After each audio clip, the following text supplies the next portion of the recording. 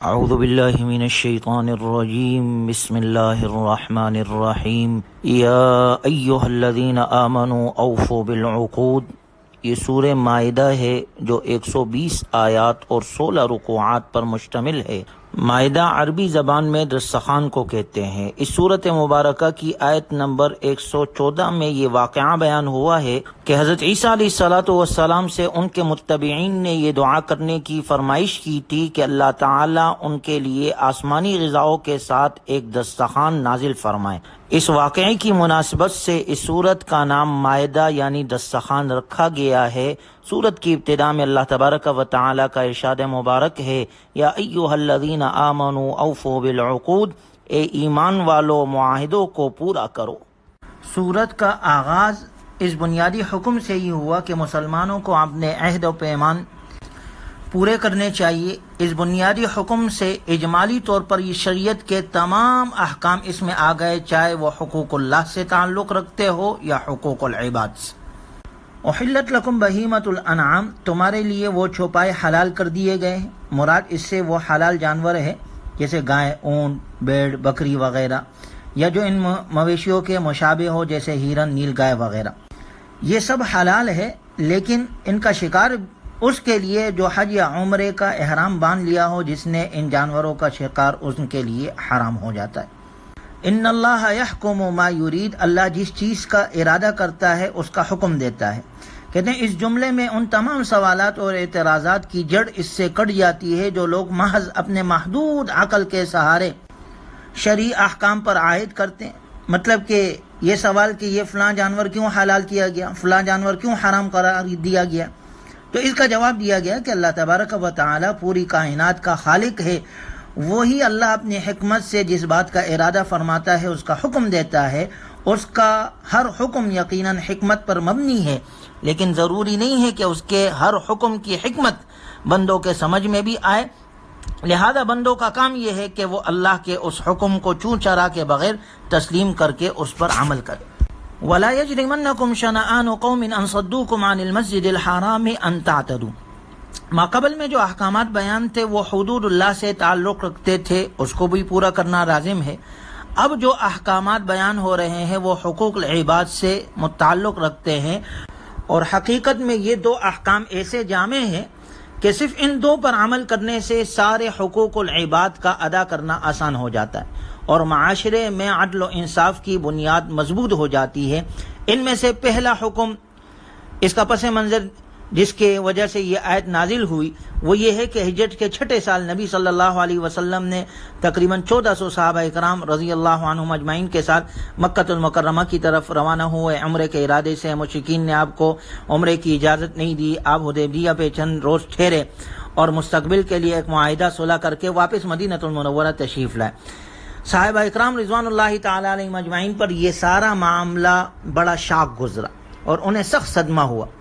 پھر ایسا ہوا کہ اہل مشرق میں سے کچھ مشرکین عمرے کے ارادے سے مدینہ کے قریب سے گزرنے لگے، تو صحابہ اکرام نے انہیں روکنے اور ان سے انتقام لینے کا ارادہ کیا۔ اس پر اللہ تعالیٰ نے فرمایا، اگر مشرکین نے ظلم اور زیادتی کرتے ہوئے تمہیں مسجد حرام جانے سے روک دیا تھا، جس کی وجہ سے تمہارے دل میں غم و غصہ اور انتقام کے جذبات پیدا ہو گئے تھے، تو یہ جذبات ترک عدل اور ظلم اور زیادتی کے ارتکاب کا باعث نہیں ہونا چاہیے۔ مسلمان کی شان یہ نہیں ہے کہ وہ ظلم کا انتقام ظلم سے لے، بلکہ مسلمان کی شان یہ ہے کہ وہ ہر حال میں انصاف کرے اور کسی کے جائز حقوق ادا کرنے کی کوشش کرے، ہر کسی کے، خواہ کسی ظالم اور دشمن ہی سے کیوں نہ واسطہ پڑ جائے۔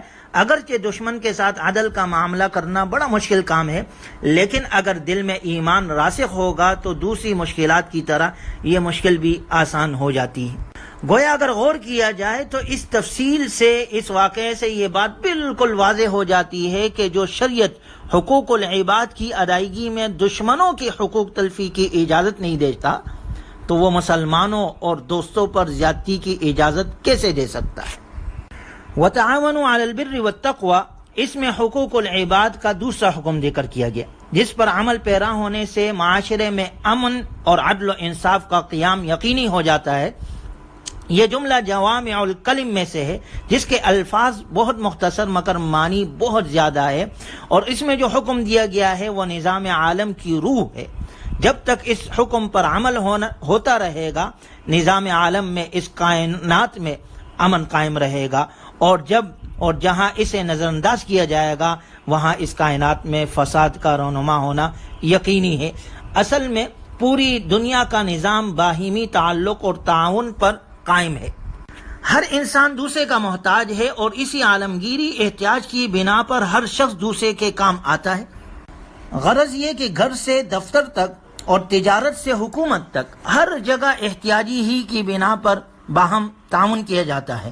اس تعاون کے بغیر پورے عالم کا نظام تو کیا، ایک ملک، ایک گھر کا نظام بھی نہیں چل سکتا۔ یہ تعاون ہی عام طور پر قومیت کی بنیاد بنتا ہے۔ مسلمانوں کی قومیت کی بنیاد ایمان ہے، وہ ایک دوسرے کے ساتھ تعاون کرنے کے پابند ہے، لیکن انہیں صرف نیکی اور تقوی کے کاموں میں تعاون کرنے کا حکم دیا ہے۔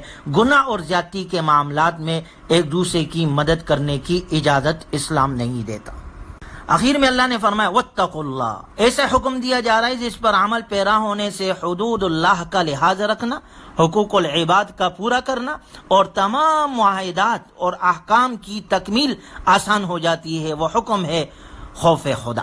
جس کے دل میں اللہ کا ڈر پیدا ہو جائے وہ نہ تو شاعر اللہ کی بے حرمتی کرتا ہے، نہ ہی کسی کی دشمنی اسے ظلم پر آمادہ کرتی ہے، اور نہ ہی وہ گناہ کے کاموں میں کسی کے ساتھ تعاون کرتا ہے۔ حرمت علیکم المیتۃ والدم ولحم الخنزیر وما اہل لغیر اللہ بھی۔ آگے ان جانوروں کا ذکر کیا ہے کہ جو تم پر حرام ہے، مردار ہے، اسی طرح خون ہے، اسی طرح خنزیر کا گوشت ہے، اسی طرح وہ جانور جو غیر اللہ کے نام پر ذبح کیا جائے، اسی طرح وہ جانور جو گر کر اوپر سے مر جائے یا سینگ مارے کسی دوسرے جانور نے، کسی درندے نے کھا لیا ہو۔ یا زمانے جاہلیت کے اندر ایک طریقہ یہ تھا کہ مشرک اونٹ ذبح کر کے اس کا گوشت قرآن اندازی کے ذریعے سے تقسیم کرتے تھے، اور قرآن اندازی کا طریقہ یہ ہوتا تھا کہ مختلف تیروں پر حصوں کے نام لکھ کر ایک تھیلے میں ڈالتے تھے، پھر جس شخص کے نام سے جو حصہ نکل آیا اسے گوشت میں اتنا حصہ دیا جاتا، اور کسی کے نام پر کوئی ایسا تیر نکل آیا جس پر کوئی حصہ مقرر نہیں تو اسے کچھ بھی نہیں ملتا تھا۔ اسی طریقہ ایک طریقہ ان کا یہ تھا کہ جب کسی اہم معاملے کا فیصلہ کرنا ہوتا تو تیروں کے ذریعے سے فال نکالتے تھے، اور اس فال میں جو بات نکل آئے اس کی پیروی لازمی سمجھتے تھے۔ ان تمام طریقوں کو اس آیت کریمہ نے ناجائز قرار دیا، کیونکہ پہلی صورت میں جو ہے یہ جوا ہے، دوسری صورت میں یا علم غیب کا دعویٰ ہے یا کسی معقول وجہ کے بغیر کسی بات کو لازم سمجھنے کی خرابی ہے، تو ان چیزوں سے منع کیا گیا ہے اس آیت میں۔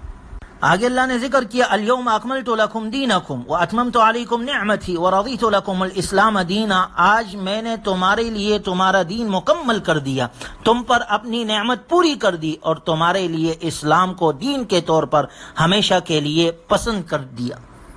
احادیث مبارکہ میں آتا ہے کہ یہ آیت حجۃ الوداع کے موقع پر نازل ہوئی۔ قرآن کی سب سے پہلا نزول غار حرا میں اقرا کے آیات سے ہوا تھا، اور بعض کہتے ہیں سب سے آخری آیت یہ نازل ہوئی جس میں اتمام نعمت ہے، اور یعنی نعمت کا پورا ہونا۔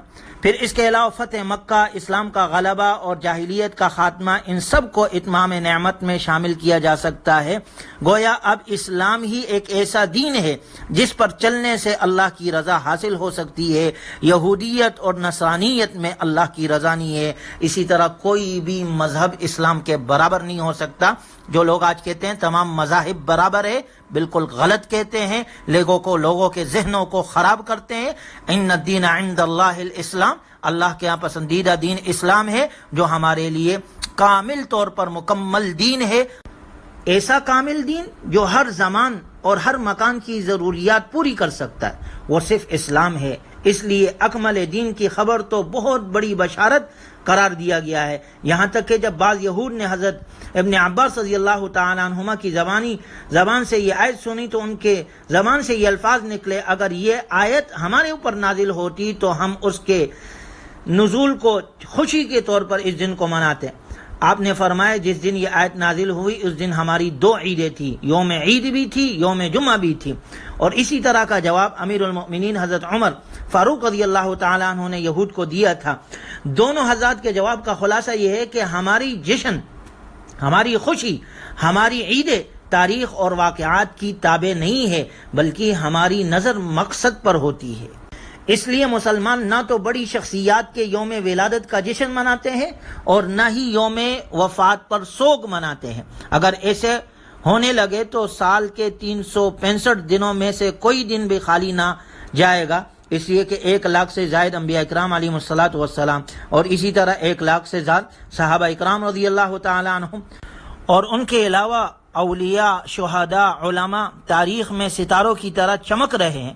دوسری شخصیات سے قطع نظر خود جناب رسول اللہ صلی اللہ علیہ وسلم کی حیات مبارکہ کو دیکھا جائے، آپ علیہ الصلاۃ والسلام کی زندگی کا ہر دن اس میں کوئی نہ کوئی ایسا کارنامہ نظر آتا ہے جس کا جشن منانے کو دل چاہتا ہے، مگر پہلی صدیوں کے مسلمانوں نے نہ تو کبھی عید منائی اور نہ ہی کوئی جشن کے طور پر اس دن کو منایا۔ فتح مکہ کے دن کو لے لے، یوم بدر کے دن کو لے لے، کتنے بڑی خوشی کا مقام ہے، لیکن اس کو نہیں بنایا گیا۔ گویا یہ ہمیں سبق بتلایا جا رہا ہے، اسلام ہمیں دین سکھلاتا ہے، اطاعت سکھاتا ہے، عبادت سکھلاتا ہے کہ اپنے مقصد پر نظر رکھو، اللہ کی عبادت میں کامل داخل ہو جاؤ۔ چونکہ دین اسلام ہر اعتبار سے کامل ہے، اس لیے دین میں بدعات نکالنا، خلاف شریعت قانون سازی حرام ہے۔ اسلام اور پیغمبر اسلام علیہ الصلاۃ والسلام کے بعد نہ کسی دین کی ضرورت ہے، نہ کسی نئی نبی کی۔